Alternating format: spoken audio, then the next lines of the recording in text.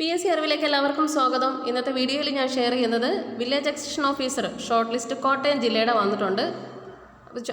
ആ ലിസ്റ്റും cut off മാർക്കുമാണ് നമ്മൾ ഇന്നത്തെ വീഡിയോയിൽ നോക്കുന്നത്. ഇതുവരെ ഏതൊക്കെ ജില്ലകളുടെ വന്നിട്ടുണ്ട് എന്നുള്ളത്, ഏതൊക്കെ ജില്ലകളുടെ ഷോർട്ട് ലിസ്റ്റ് വന്നിട്ടുണ്ട്, അതിൻ്റെ കട്ട് ഓഫ് മാർക്ക് എത്രയാണെന്നുള്ളത് നിങ്ങൾ കാണാൻ ആഗ്രഹമുള്ളവർ ജസ്റ്റ് കമൻറ്റ് ബോക്സിലൊന്ന് പോയി നോക്കുക. അവിടെ ഞാനതിൻ്റെ ലിങ്ക് കൊടുത്തിട്ടുണ്ട്.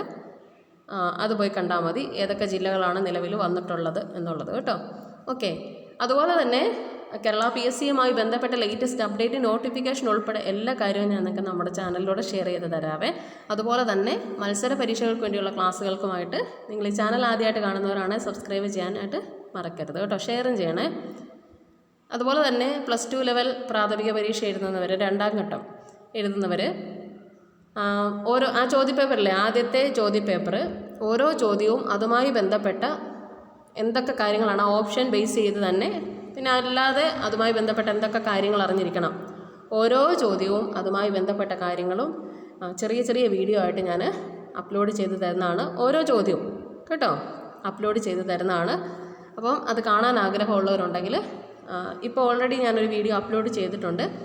ഈ വീഡിയോയ്ക്ക് തൊട്ട് മുമ്പേ നിങ്ങൾ കണ്ടു നോക്കുക. ഇഷ്ടമാണെങ്കിൽ മാത്രം ഫോളോ ചെയ്യുക കേട്ടോ. ഓക്കെ, അപ്പം നമുക്ക് ഇന്നത്തെ വീഡിയോയിലോട്ട് വരാൻ നോക്കാം. 23/11/2019 ഈ പരീക്ഷ നടക്കുന്നത്. കോട്ടയം ജില്ലയുടെ VEO പരീക്ഷ. മെയിൻ ലിസ്റ്റിൽ ഏകദേശം ഒരു 200 പേരാണ് ഉൾപ്പെട്ടിട്ടുള്ളത് കേട്ടോ. മെയിൻ ലിസ്റ്റിൽ 200 പേരാണ് ഉൾപ്പെട്ടിട്ടുള്ളത്. ഓക്കെ,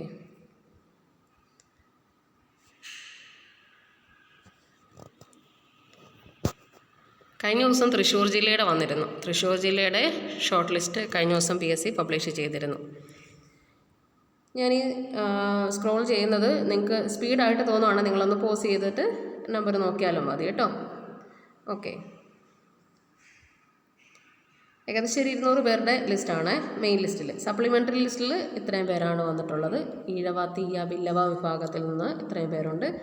ഷെഡ്യൂൾഡ് കാസ്റ്റ് ഇത്രയും പേരാണുള്ളത്, 13 പേരാണ്. ഷെഡ്യൂൾഡ് ട്രൈബ്സ് 5 പേര് വന്നിട്ടുണ്ട്. മുസ്ലിം ലിസ്റ്റിൽ നിന്നും 20 പേരാണ് മുസ്ലിം വിഭാഗത്തിൽ നിന്ന് വന്നിട്ടുള്ളത്. ലാറ്റിൻ കത്തോലിക്സ് 7 പേര്. OBC 5 പേര് വന്നിട്ടുണ്ട്. വിശ്വകർമ്മ 5 പേര് തന്നെ.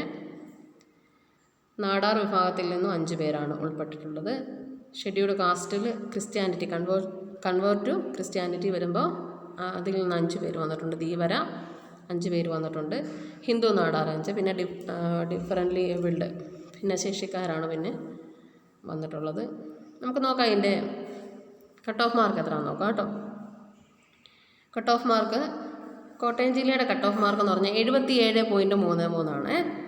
ഏറ്റവും കൂടുതൽ നിലവിൽ കട്ട് ഓഫ് മാർക്ക് വന്ന ജില്ല എന്ന് പറഞ്ഞാൽ തൃശ്ശൂരായിരുന്നു.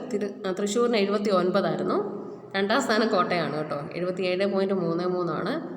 3ാം സ്ഥാനത്ത് കട്ട് ഓഫ് മാർക്ക് കൂടുതൽ മലപ്പുറമാണ്, 76. ഇടുക്കിക്കൊക്കെ 69 ഉണ്ടായിരുന്നുള്ളൂ കേട്ടോ. ഓക്കെ, അപ്പം ഈ വീഡിയോ പ്രയോജനപ്രദമായാൽ ലൈക്ക് ചെയ്യാനും ഷെയർ ചെയ്യാനും മറക്കരുത്. +2 ലെവൽ എക്സാം എഴുതാൻ 2ാം ഘട്ടം എഴുതുന്നവർ എന്തായാലും ആ ക്വസ്റ്റ്യൻ പേപ്പർ പഠിച്ചിരിക്കണേ.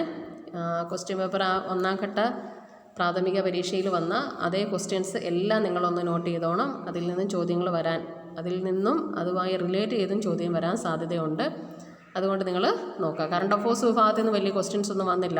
അപ്പോൾ കറണ്ട് അഫേഴ്സ് പഠിക്കാനായിട്ട് കൂടുതൽ സമയം ചിലവഴിക്കേണ്ട കാര്യം ഇല്ല. ജസ്റ്റ് നമ്മൾ കുറേയൊക്കെ പഠിച്ചിട്ടുണ്ടല്ലോ, അത് തന്നെ മതി. നിങ്ങൾ ആ ടോപ്പിക്ക്, ആ ക്വസ്റ്റ്യനുമായി റിലേറ്റ് ചെയ്ത ഭരണഘടന കുറേ ക്വസ്റ്റ്യൻസ് വന്നിട്ടുണ്ട്. അപ്പോൾ ആ ക്വസ്റ്റ്യനുമായിട്ട് റിലേറ്റ് ചെയ്ത കുറേ കാര്യങ്ങൾ പഠിച്ചു പോക്കോണേ. ആ ക്വസ്റ്റ്യൻ പേപ്പർ എന്തായാലും പഠിച്ചിരിക്കണം.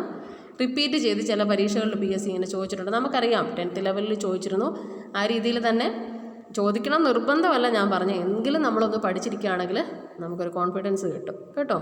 ഓക്കെ, അപ്പോൾ അതിൽ നിന്നൊരു ക്വസ്റ്റ്യൻ വന്നാൽ നിങ്ങൾക്ക് മാർക്ക് പോവരുതല്ലോ, അതാണ് പറഞ്ഞത് കേട്ടോ. ഞാൻ വീഡിയോ അപ്ലോഡ് ചെയ്യുന്നുണ്ട്.